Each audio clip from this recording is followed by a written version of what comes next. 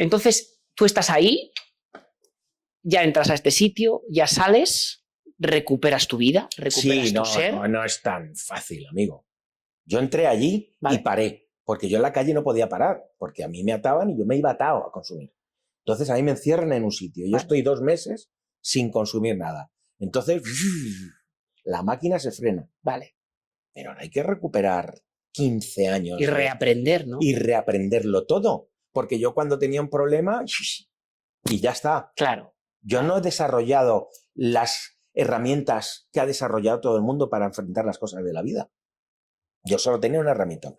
Vale. Ya está. Entonces, claro, ahora te paras con 30 años de vida, con una edad emocional de 15, con una edad mental de 15 y con 30 años en el cuerpo. Y dices, hostia, ¿y ahora cómo se hace esto? Yo después de salir de grupo, yo fui todos los días, los 3 primeros años de mi vida, a grupos de narcóticos anónimos. Yo no puedo hablar mucho de eso porque es una cosa anónima, pero si alguien tiene problemas que acuda a Narcóticos Anónimos sin dudarlo, sin dudarlo. Entonces yo estuve los 3 primeros años yendo todos los días y ayudando allí, haciendo servicio, abriendo reuniones, tal, y luego he estado durante otros 15 años. Yo lo he aprendido todo de nuevo allí, sobre la amistad. Yo tengo hermanos del alma allí, que todavía nos escribimos todos los días por la mañana. Nos mandamos unas meditaciones. Eso para mí fue fundamental. Aprendí sobre el amor, sobre el desamor, porque claro, a mí en grupos me he enamorado y he roto unas cuantas veces. Claro. Y allí a llorar. Y la gente apoyando y sosteniendo allí. Qué bonito. Sí, sí. Aprender sobre el trabajo, sobre el éxito, sobre el fracaso, que es muy común en la vida de un actor. Porque por cada trabajo que haces hay 20 que no has hecho, claro, que no has llegado, que han sido para otro. Yo siempre le decía a una amiga, en este oficio, el segundo pone copas. Es así. Es así. Entonces aprendí a lidiar con eso sin beber y sin drogarme. Vale. Y es un proceso muy largo, muy largo. Problemas con la familia, discusiones, las novias, no sé qué, todo sin beber y sin drogarte. ¿Cómo coño se hace eso? Ahí, bueno, pero creo que es muy fácil. Creo que cualquiera puede empezar y acabar ahí. No es cosa de unos pocos. Hay grupos de anónimos, ¿vale?, para absolutamente todo. Hay Overeaters Anonymous, sí, hay sí, Workaholics Anonymous, hay para todo, para todo. Es decir, está ahí, está ahí. ¿Qué pasa? Que si eres adicto al amor, no te vas a morir de una sobredosis de amor. ¿Me explico? No te va a dar un día, te van a encontrar que vas, Dios, la que me han amado mucho. No va a pasar. Si te vas a morir de una sobredosis de drogas o de un coma etílico. Claro. Es la diferencia, que en esto a mí me va la vida. Me va la vida, pero sobre todo me va el alma. Claro. Me va el alma. Vale, y entonces, ¿cómo continúa esto? Tú haces una cosa épica que no pensabas hacer y empiezas a volver a recobrar la confianza en ti y todo eso. Y entiendo que todo eso se nota en cómo te va el resto de la vida. Claro. Papeles, te empiezan a salir cosas, empiezas a caminar, no te digo al principio. No fue tan fácil, vale. Amigo. Ojalá, no, que va. No, yo empecé a trabajar de otras cosas porque yo no tenía ni puta idea de cuál era mi sitio en el mundo. Claro. Mi mundo anterior se había derrumbado por completo. Estaban los cimientos, o sea, estaba todo los desastres y las escombros. Entonces yo estaba ahora desescombrando. Vale. Yo estaba limpiando antes de construir nada. Entonces yo trabajé, recuerdo, de jardinero. Claro, yo fui a una empresa de trabajo temporal y yo tengo que hacer algo, claro, yo tengo que tener un propósito. Claro. Tengo que mantenerme. Y entonces fui a una empresa de trabajo temporal. ¿Y de qué sabes hacer? No sé, a ver, ¿qué cosas hay? Claro. Y jardinero, regar plantas, eso yo sé hacerlo. Puedo hacerlo. De jardinero. Claro, jardinero no es regar plantas. No, claro. Eso lo hace el riego automático. ¿Sabes? Devaluamos todas esas profesiones que luego hay que saber un montón para hacerlas. Y luego vas allí a cavar zanjas, porque las máquinas guays las cogen los operarios. Los que vamos allí de machacas, claro, nos dan un azadón y a levantar terruño. Era en agosto, me acuerdo. Estaba negro como un zapato. Y entonces me salió unas sesiones en Aquí no hay quien viva. Y entonces pude dejar ese trabajo. ¿No te dejó tu representante siguió apoyándote? Yo he cambiado mucho de representante, como de novia, Vale. porque pienso que son relaciones que también se gastan. A mí, yo admiro mucho, como mi amigo Toño y Marta, que llevan juntos, fueron los primeros novios y llevan juntos 30 años. Entonces, admiro mucho a la gente así y que lleva con su repre 30 años. Mi historia no ha sido esa, ni con las mujeres ni con los repres. Vale. Entonces, yo cuando veía que ya no había interés, que No dejabas que muriera poco a poco tu corta. No, oye, vamos a cambiar porque esto no funciona. Venga, y me buscaba otro. Porque siempre mi experiencia me decía que cada vez que cambiaba, la otra persona ponía mucho interés. El inicio es el inicio. Pasaban el cosas. Inicio es el inicio. Exactamente. Claro. Como pasaban las relaciones. Pasaban cosas. Entonces, en ese momento que entré estaba con José Triana, me acuerdo perfectamente. Y él estuvo apoyándome, pero luego salí y tampoco cambié. Claro. Cambié, sí. No, yo entiendo que estos son negocios y tal. La única decepción que yo me llevaba a representantes ha sido con Borja y con Katrina. Porque esto no era un tema laboral por el que prescindieron de mí. Era un tema por mis principios, ¿no? Entonces ahí sí me decepcioné un poco. Pero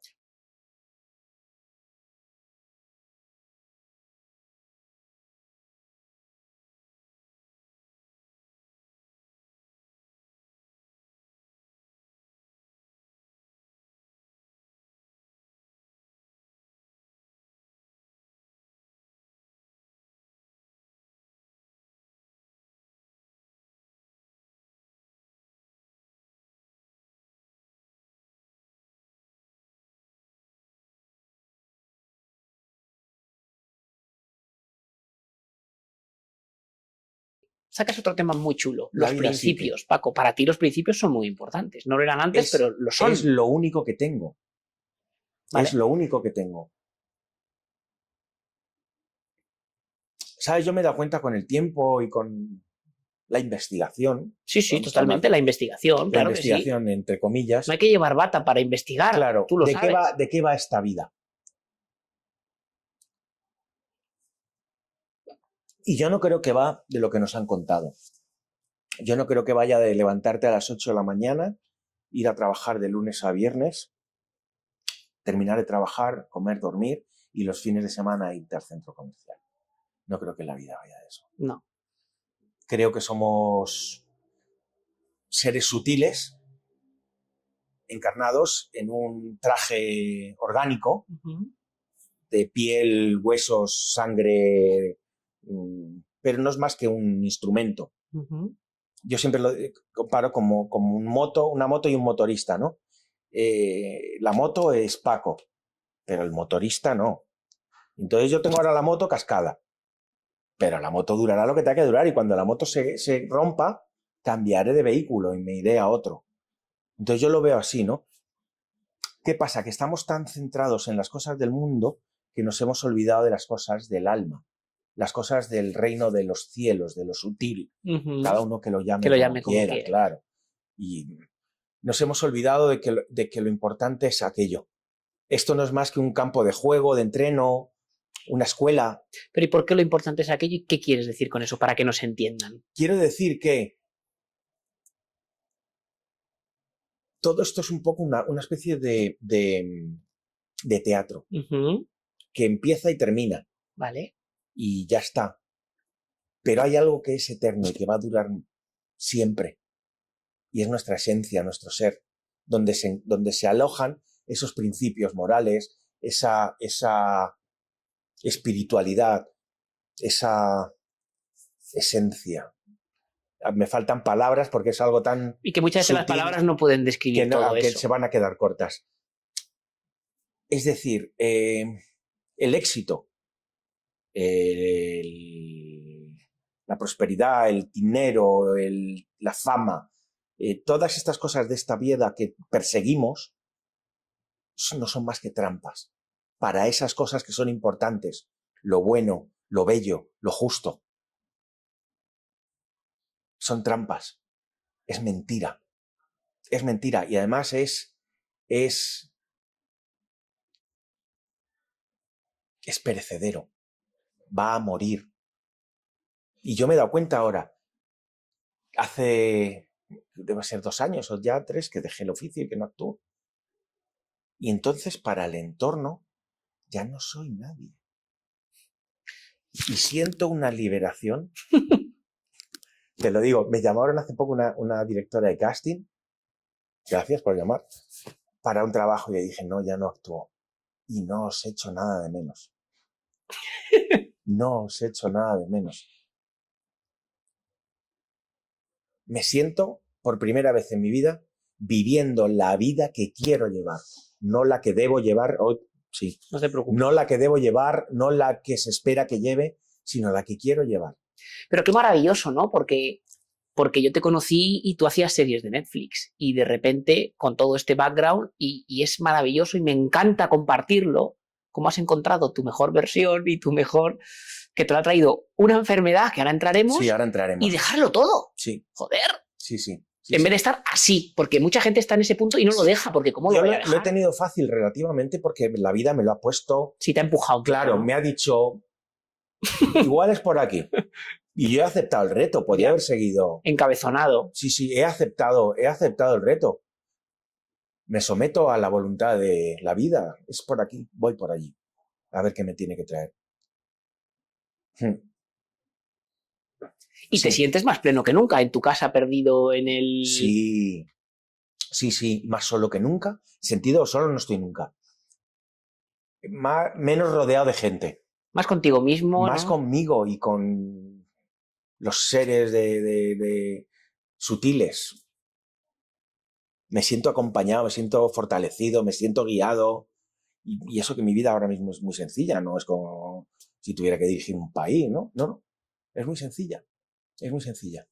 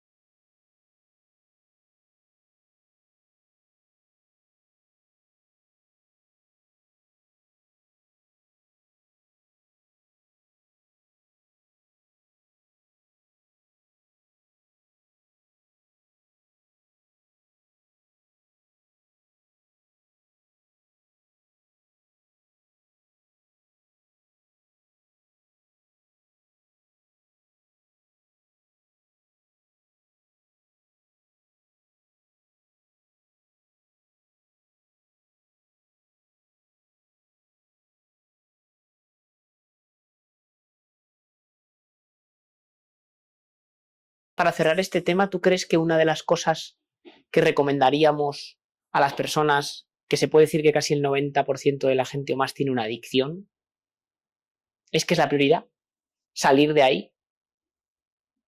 Es que empieza otra vida, empieza la vida. Detrás de eso hay vida. Yo, o sea, es que es lo mejor que he hecho en mi vida, es lo que me ha cambiado la vida por completo. Me ha dado una vida.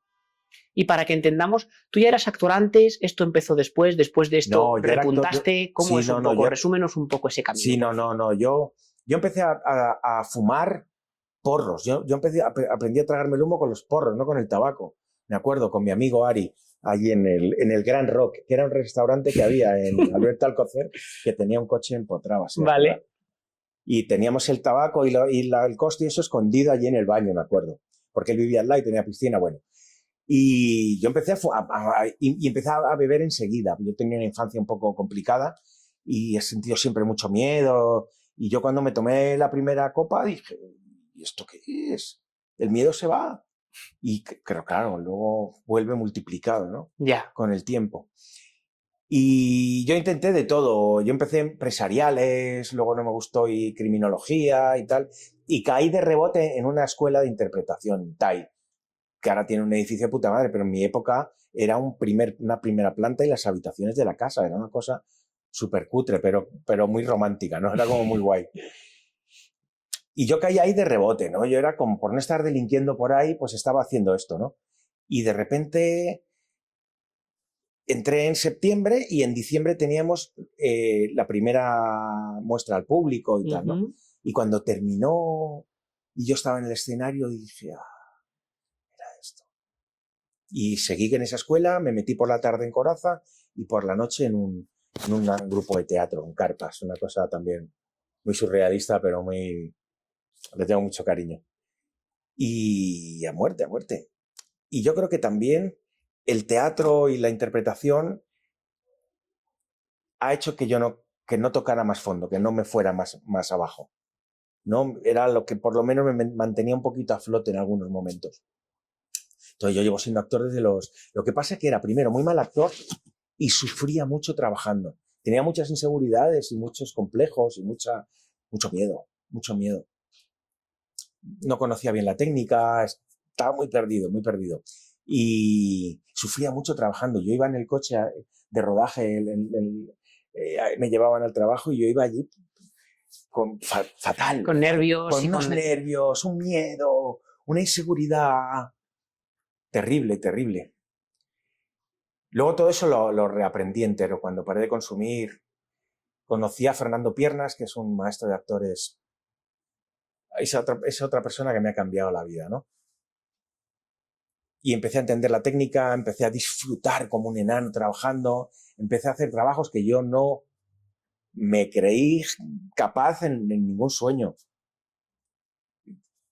Recuperé una vida ahí, cuando paré. Te salvó, el acting te salvó y te dio un foco, ¿no? Sí, yo creo que sí, un sitio donde agarrarme, no estás en una tormenta y me agarré a una silla que había flotando. Bueno, es que el propósito es muy importante, cualquiera, ¿no? Entonces, sí. Es que sin él... Como pollo sin cabeza. Vale, y entonces eso empiezas a crecer en el acting, pero tú todavía llevas las drogas. Sí, no, yo vivía el alcohol, la noche, el alcohol y las drogas. Entonces yo vivía para eso. Claro, yo me pegaba 3 días de fiesta y una semana o 10 días recuperándome. Y yo he vivido así años, deteriorándome como ser humano, físicamente, emocionalmente, espiritualmente. Yo tenía una sensación justo antes de parar de consumir. O sea, yo intenté muchas veces parar de consumir, ninguna pude. Porque yo realmente no quería parar. Yo quería consumir y que no me pasaba lo que me pasara, o hacerlo de la manera que lo hacía, ¿no? Sin esas consecuencias. Hasta que, bueno, me enteré y me contaron que no, que esto es una enfermedad y que hay que cortar en seco. Y esto venía... Bueno, venía el punto de inflexión, a las personas dejen los vicios, a cómo te cambia la vida, y tú estabas haciendo un poco de recap de tu vida. Okay. Entonces estamos ahí... Sí, pero te estaba hablando esto en concreto por algo que se me ha ido el hilo. Bueno, no pasa nada. Y es que me interesa bastante el punto no detallado en ti, porque yo sé que casi todo el mundo tiene vicios y es de lo que más nos mantiene en el agujero. Entonces, ese punto de inflexión, ¿cómo es cuando decides hacer algo tan importante como, oye, porque decir tengo un problema e ir a un centro es otra historia? Lo mío era tan evidente. O sea, a mí no había por dónde cogerme. O sea, yo no había forma de yo justificar lo que estaba haciendo. No, que es de vez en cuando. No, no es de vez en cuando, llevas años. No, es que es muy poquito, poquito nada. Sí, sí, sí. ¿Sabes? No había forma. Vale. Pasa que yo seguía porque yo estaba ahí. A eso iba. Lo de antes, recupero. Hubo un momento que yo sentía que me estaban absorbiendo el alma con una pajita. Me estaba desalmando. Me estaba convirtiendo en desalmado. Sin ningún principio moral, sin ninguna consideración, totalmente egocéntrico. Eso era lo que más me asustaba. Yo creo que eso era lo que más me asustaba. Y recuperando el tema de lo de los vicios de la gente, es que es como está construida esta sociedad. Porque mientras estás en eso, no estás en otras cosas. Ya. Que tienes que estar. En observar el entorno. Mientras estás observándote el ombligo, no estás observando el entorno. Vale. Entonces, te digo, se convierten en adicciones hasta las relaciones de pareja. Somos adictos al amor, adictos al sexo, adictos a no estar solos. Hasta eso. Totalmente. Ya no te hablo adictos a las compras, adictos al trabajo. A la tele, a todo, sí, sí. Tú estás ahí, ya entras a este sitio, ya sales, recuperas tu vida, recuperas tu ser. No es tan fácil, amigo. Yo entré allí y paré, porque yo en la calle no podía parar, porque a mí me ataban y yo me iba atado a consumir. Entonces a mí me encierran en un sitio. Yo estoy 2 meses sin consumir nada. Entonces la máquina se frena. Vale. Pero hay que recuperar 15 años. Y reaprender, ¿no? Y reaprenderlo todo. Porque yo cuando tenía un problema, y ya está. Claro. Yo no he desarrollado las herramientas que ha desarrollado todo el mundo para enfrentar las cosas de la vida. Yo solo tenía una herramienta. Vale. Ya está. Entonces, claro, ahora te paras con 30 años de vida, con una edad emocional de 15, con una edad mental de 15 y con 30 años en el cuerpo. Y dices, hostia, ¿y ahora cómo se hace esto? Yo después de salir de grupo, yo fui todos los días, los 3 primeros años de mi vida, a grupos de narcóticos anónimos. Yo no puedo hablar mucho de eso porque es una cosa anónima, pero si alguien tiene problemas que acuda a Narcóticos Anónimos sin dudarlo, sin dudarlo. Entonces yo estuve los 3 primeros años yendo todos los días y ayudando allí, haciendo servicio, abriendo reuniones, tal, y luego he estado durante otros 15 años. Yo lo he aprendido todo de nuevo allí, sobre la amistad. Yo tengo hermanos del alma allí, que todavía nos escribimos todos los días por la mañana. Nos mandamos unas meditaciones. Eso para mí fue fundamental. Aprendí sobre el amor, sobre el desamor, porque claro, a mí en grupos me he enamorado y he roto unas cuantas veces. Claro. Y allí a llorar.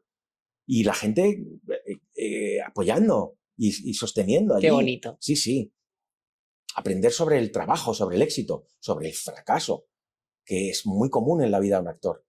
Porque por cada trabajo que haces hay 20 que no has hecho, que no has llegado, que han sido para otro. Yo siempre le decía a una amiga, en este oficio, el segundo pone copas. Es así. Es así. Entonces aprendí a lidiar con eso sin beber y sin drogarme. Vale.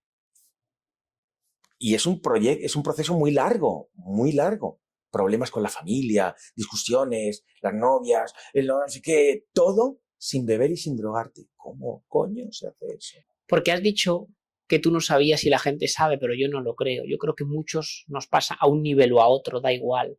Nos creemos fuertes, pero no somos fuertes, no afrontamos los problemas reales de la vida. Y tú dices que lo hará con el alcohol, hay quien pone la tele o hay quien se va al gimnasio. O sea, pero no desgobierna su vida. Ya, ahí, bueno, pero creo que es muy fácil. Creo que cualquiera puede empezar y acabar ahí.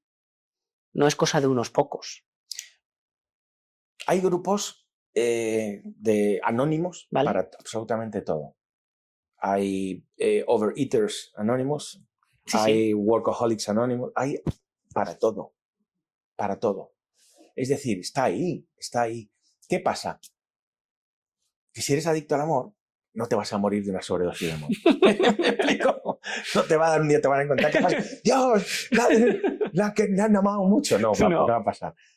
Sí te vas a morir de una sobredosis de drogas o de un coma etílico. Claro, Es la diferencia que en esto a mí me va la vida. Me va la vida, pero sobre todo me va el alma. claro. Me va el alma. Vale, y entonces, ¿cómo continúa esto? Tú haces una cosa épica que no pensabas hacer y empiezas a volver a recobrar la confianza en ti y todo eso. Y entiendo que todo eso se nota en cómo te va el resto de la vida. Claro. Papeles, te empiezan a salir cosas, empiezas a caminar, no te digo al principio. No, pues no fue tan fácil, vale. amigo. Ojalá, no, que va. No, yo empecé a trabajar de otras cosas porque yo no tenía ni puta idea de cuál era mi sitio en el mundo. Claro. Mi mundo anterior se había derrumbado por completo. Estaban los cimientos, o sea, estaba todos los desastres y las escombros. Entonces yo estaba ahora desescombrando. Vale. Yo estaba limpiando antes de construir nada. Entonces yo trabajé, recuerdo, de jardinero. Claro, yo fui a una empresa de trabajo temporal y yo tengo que hacer algo, claro, yo tengo que tener un propósito. Claro. Tengo que mantenerme. Y entonces fui a una empresa de trabajo temporal. ¿Y de qué sabes hacer? No sé, a ver, ¿qué cosas hay? Claro. Y jardinero, regar plantas, eso yo sé hacerlo. Puedo hacerlo. De jardinero. Claro, jardinero no es regar plantas. No, claro. Eso lo hace el riego automático. ¿Sabes? Devaluamos todas esas profesiones que luego hay que saber un montón para Vamos, hacerlas. y luego vas allí a cavar zanjas, porque las máquinas guays las cogen los operarios. Los que vamos allí de machacas, Claro. nos dan un azadón y a levantar terruño, era en agosto, me acuerdo. Estaba negro como un zapato. Y entonces me salió unas sesiones en Aquí no hay quien viva. Y entonces pude dejar ese trabajo. ¿No te dejó tu representante? ¿Siguió apoyándote? Yo he cambiado mucho de representante, como de novia. Vale. Porque pienso que son relaciones que también se gastan. A mí, yo admiro mucho, como mi amigo Toño y Marta, que llevan juntos, fueron los primeros novios y llevan juntos 30 años. Entonces, admiro mucho a la gente así y que lleva con su repre 30 años.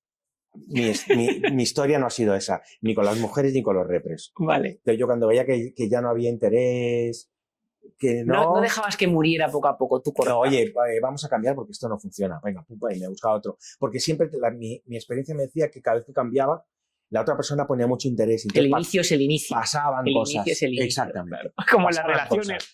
Pasaban cosas. Entonces, en ese momento que entré estaba con José Triana, me acuerdo perfectamente. Y él estuvo apoyándome, pero luego salí y tampoco cambié. Claro. Cambié, sí. No, yo entiendo que estos son negocios y tal. La única decepción que yo me llevaba a representantes ha sido con Borja y con Catrina. Porque esto no era un tema laboral por el que prescindieron de mí. Era un tema por mis principios, ¿no? Entonces ahí sí me decepcioné un poco. Pero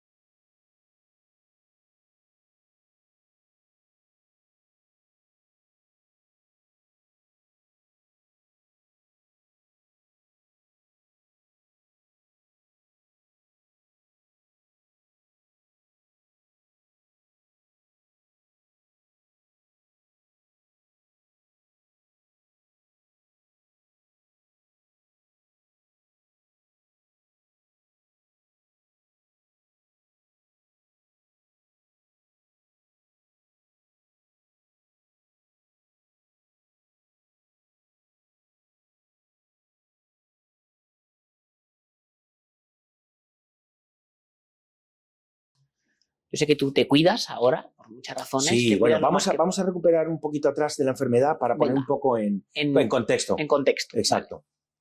Yo hace 6 años tengo un dolor de espalda, voy al hospital, me hacen unos análisis y ven que estoy perdiendo la función de los riñones. Eso unos meses después me llevó a diálisis. Y entré en diálisis hace 6 años, en enero. El tema de la diálisis es que los riñones dejan de funcionar. Los riñones filtran las impurezas del cuerpo y el exceso de sustancias, lo mandan a la orina y la orina los expulsa. Como mis riñones no funcionan, yo no filtro esas impurezas, Vale. no orino, y entonces me tienen que quitar esas impurezas artificialmente a través de una máquina. Vale. Lo hace a través de la sangre. La máquina me mete en 2 agujas, una saca la sangre, la pasan por la máquina y me la vuelven a meter. Vale. Esa máquina me quita las impurezas y me quita el líquido que yo no orino. Vale. Es decir, yo me voy cargando de líquido con el tiempo. Es decir, Vale. pues bebo, tomo no sé qué. Entonces, cada 2 días me hacen una diálisis. Yo desde el principio, porque es como me enseñaron a vivir en Narcóticos Anónimos, vivo solo por hoy. Solo por hoy. No me preocupo de nada más. Solo el día de hoy. La batalla es la de hoy y todo es hoy. Y entonces puedo, porque esas batallas son todas ganables. La no sé qué, la no sé cuántos, esas no, son todas perdidas. Entonces, yo cada vez que iba a diálisis sentía que me ponían un pasaporte de vida, 2 días más de vida. Ven, vuelva dentro de 2 días. Y entonces yo tenía 2 días más de vida. Iba al día siguiente a diálisis. ¡Pum! 2 días más de vida. Y así llevo 6 años. Y eso te ha hecho vivir el presente como nadie. Claro, claro. ¿Qué pasa también? O sea, el tema de la diálisis es un problema porque el riñón también controla la tensión. Entonces, soy hipertenso. Controla la eritropoyetina que hace que la médula genere glóbulos rojos. Vale. Entonces yo tengo anemia crónica. A mí me tienen que poner EPO artificial y me tienen que meter hierro también. Vale. O sea, es complejo el tema. A los 6 meses dirás, el trasplante, venga. A los 6 meses, haciéndome pruebas para los trasplantes, me ven 2 tumores. Claro, cuando a ti te trasplantan te dan inmunosupresores. Si tú tienes células cancerígenas y no tienes sistema inmunitario, eso se convierte en un pollo que te cagas. Entonces, si tú tienes...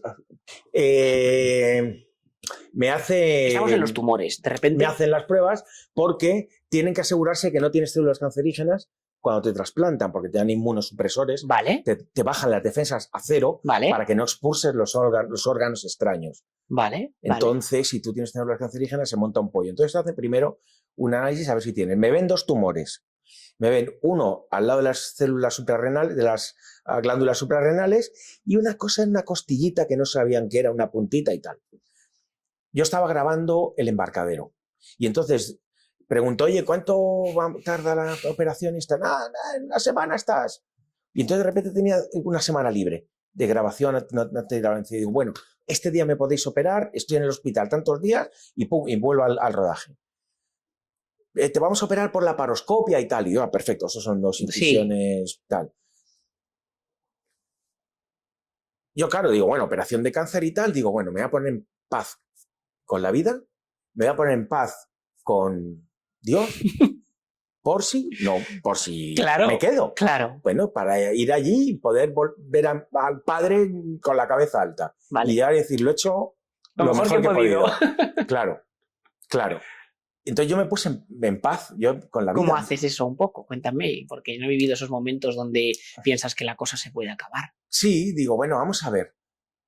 Pero claro, yo miro para atrás mi vida y digo, ha sido, o sea, una batalla constante. Pero aún así, creo que soy buena persona. Y creo que con todo lo que he pasado, podía haber salido mucho peor de lo que soy. Creo que aún así me he construido un buen hombre. Creo que puedo mirar a Dios a la cara. Y que no le tengo ningún apego a esta vida. No le tengo ningún apego a esta vida. Me gusta, ¿eh? Lo disfruto que te cagan. pero si me voy tampoco pasa nada. No le tengo apego. Incluso a veces he tenido ganas, ¿no? de volver. Siento que este no es mi mundo. Vale. Siento que yo no pertenezco aquí. Y luego, dándome cuenta, me doy cuenta que es que no, que este no es mi mundo. Yo vengo de otro sitio. Vale. Yo estoy aquí de aprendizaje. Total, me despierto de la operación y tengo una cicatriz de aquí a aquí. Eso no era laparoscopia. Pero hijos de puta, que tengo que estar la semana que viene grabando en Bañador en Valencia. ¿Y qué hago? En un plano no tengo cicatriz y en el siguiente sí. Me habéis hundido en la mierda, madre mía. Bueno, ya encontraré la forma de hacerlo. Vale. Me abrieron de aquí a aquí porque, bueno, sacaron yo tenía un feocromocitoma, que es un tipo de cáncer que suele ser benigno, grande, pero el problema es que si lo estimulas, libera una sustancia que se llama catecolamina, que te sube la tensión y te mata. Entonces tuvieron que abrir bien tal para poder sacarlo del tirón. Y luego abrieron un poquito más para quitar la costilla y analizarla. Vale. A la semana estaba grabando en Valencia y las secuencias de playa estaba así yo, todas con los brazos cruzados, para que no se viera el... Terrible, tremendo, tremendo. Y luego era también una secuencia en la que me mataban y aparecía muerto en el río. Vale. Claro, con la cicatriz recién esta, con un neopreno, un frío allí. Fue, bueno, pues eso, un rodaje más. Total, que me llaman a la semana y pico y me dicen, oye, el feocromocitoma ha salido bien, el de la costilla es un condrosarcoma maligno. En fase 1, pero hay que limpiar. Y entonces dije, sí, cojonudo, muy bien, pero cuando termine la serie, ya no me la liáis otra vez. Entonces terminé la serie y enseguida me operaron. Y me quitaron la costilla afectada, Vale. la de arriba y la de abajo, limpiaron la zona. Es un tumor que no reacciona bien ni a la quimio ni a la radio.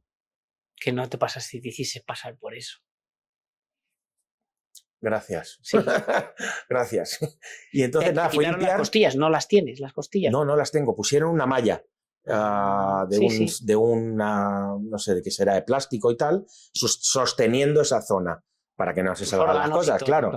Y entonces las costillas de alrededor y tal lo pusieron, no sé cómo. Vale. Se nota un poco. Si esto lo tengo recto y esto lo tengo un poquito más hinchado. Se nota un poco. Hombre, si me ves así desnudo, parezco el Cid campeador.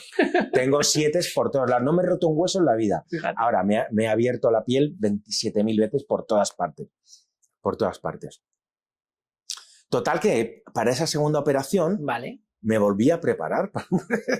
Y entonces, claro, yo salí de ahí, hostias, en un punto vital y espiritual zen. Total, con una paz de alma, de espíritu, totalmente desapegado, me da igual la vida, me da igual todo lo que lleva la vida. Sé que lo importante está en otro sitio. Y tengo paciencia. Sí. Y entonces salí de la segunda operación y se me metió en la cabeza que yo quería una casa con una chimenea de piedra. Quería un Ford Mustang y quería sacar un perro de una perrera. Y fue salir del hospital y me compré el Mustang, busqué uno y me fui a comprarlo. Pero porque como que tenías la sensación de que había X cosas que querías vivir y como sabías que no tal, no querías dejarlas, sí, ¿no? Sí. Me pasó con otra, antes, ¿no? Dice, yo no puedo morirme sin aprender un instrumento. Y a los 40 años me puse a aprender a tocar el saxo. Y estuve como unos años tocando el saxo en una especie de banda que era un profesor que nos daba clases. Entonces había de todo, un órgano, una guitarra, como una big band, un cantante, ¿no? Una big band. Era un combo. Un combo. Y entonces nos daba clases el profesor en el combo, que era mi profe de saxo, y nos daba clases ahí. Y estuve unos años allí muy, muy guays. Pasé luego me cambié de casa y el vecino que tenía un tocapelotas y cada vez que cogía el saxo me mandaba a la policía. Y ya llegó un momento que lo fui dejando. Me voy. No pasa nada. Salimos, Mustang, casa de piedra, querer hacer... Eso, entonces era igual lo del Mustang. Siempre he querido tener un Mustang. Siempre he querido tener una casa con chimenea de piedra y sacar un perro de una perrera. Y salí, lo hice todo. Me fui a comprar la casa, me fui a Gredos, pero eran carísimas. Y volviendo de Gredos por Ávila, paré en las Navas del Marqués y vi una inmobiliaria y, coño, estos chalés, hostias, qué buen precio. Y fui a mirarlo y ya está. Y me fui a sacar un perro en una perrera, al Indio, mi anterior perro, que le entró un tumor en el morro y lo operé, no salió adelante, lo tuve que sacrificar. Y a los meses vino el Vito. Este me ha salvado a mí la vida. Sí. Este es mi ángel de la guarda. Mi ángel de la guarda. Tengo tan claro que me lo han mandado de arriba. El amor que me produce, el amor que me saca y el amor que recibo. Yo no lo he recibido con ningún ser humano. Mis carencias afectivas las tengo sobradamente satisfechas con Vito. Es un ser increíble, increíble.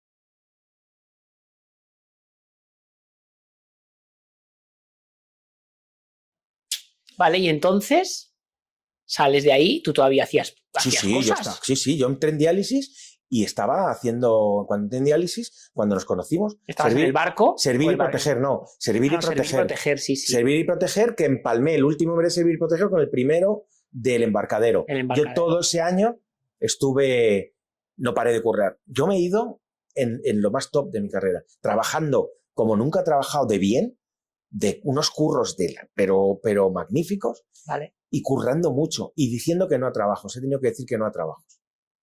he tenido que decir que no al trabajo yendo cuando dije se acabó, no, me voy, no quiero.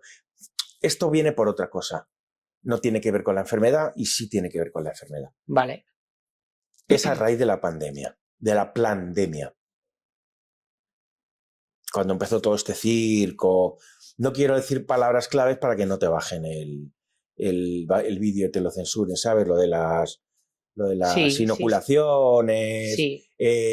los encierros inconstitucionales, toda esta historia, ¿no? Yo vi cómo reaccionó la gente de mi oficio Vale. y me sentí avergonzado. Yo ya no podía mirar igual a esa gente. Sumisos, cobardes, obedientes. Y luego cómo se portaron conmigo. Yo fui a la primera manifestación antimascarillas. Yo tenía los guiones de la serie Valeria en casa. Al día siguiente de la manifestación me llamaron, oye, que no vas a salir en Valeria. Ojo. Pero no porque no llevara mascarilla, solo por desobedecer. Sí, claro. ¿Sabes? A ellos les da igual la mascarilla. Porque yo tenía además un certificado, ¿cómo se llama esto? Médico. De exención de la mascarilla en exteriores. Un certificado médico. Nadie me preguntó nada. Simplemente porque desobedeces a la autoridad. Y Porque no hiciste eres ruido sumiso y obediente, exactamente. Porque no eres sumiso y obediente. Y no quieren a gente que no es sumisa y obediente. Porque en ese camino, que quien le interese puede seguir tus redes, porque eres alguien que has estado muy Me he quitado ahí. todas las redes. Me encanta, lo mejor que has podido hacer. Me he quitado todas las redes. También te vetaron cosas, yo creo, ¿no? Y te cerraron. No me han vetado cosas, me han quitado perfiles. Censurado. No, censurado, pero borrado. De un día al otro no pude entrar. Me han quitado con 5.000 o 6.000 seguidores. Que es una mierda. Pero para mí me parece una barbaridad. Una barbaridad.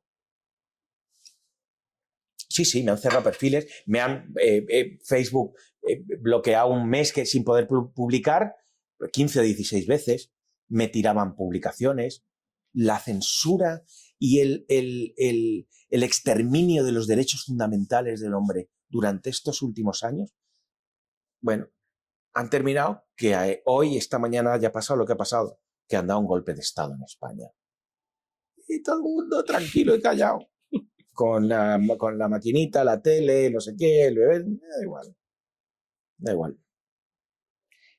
Todo esto, cuando acaba y no acaba, porque no acaba, tú estás en el pueblo. Sí. Y ya no quieres saber nada más, tu vida ha cambiado. Yo me fui al pueblo cuando terminó ¿no? la pandemia y yo ya no quise volver. Cerré todo mi sistema aquí que lo tenía. Yo ya no quise volver. Yo ya me quedé en mi pueblo.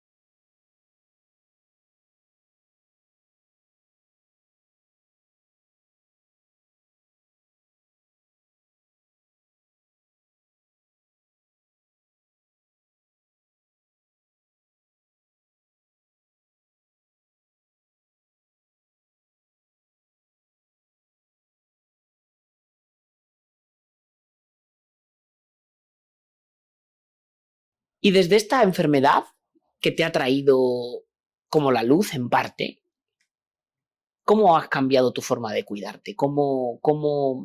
Para empezar, ¿cómo ha cambiado tu forma de ver la vida y tu forma de ver lo importante en la vida en ese sentido, Paco? Damos por hecho todo en la vida, ¿no?